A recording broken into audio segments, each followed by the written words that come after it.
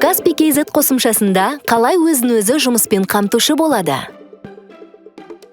Жеке кәсіпкерліксіз және қызметкерлерсіз өзіне жұмыс істейтін және айына 300 айлық есептік көрсеткішке дейін табыс табатын қазақстандықтар өзін-өзі жұмыспен қамтушы бола алады.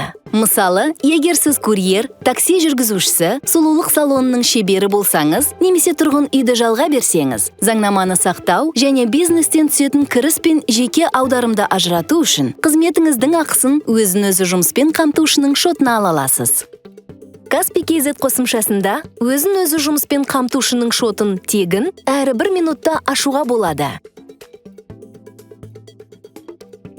Ол үшін мемлекеттік қызметтер сервисіне өтіп, өзін-өзі жұмыспен қамтушы болу деп басыңыз. Қызметіңіздің санаттарын таңдаңыз. Қанша пунктті белгілесеңіз де болады. Саны шектелмейді.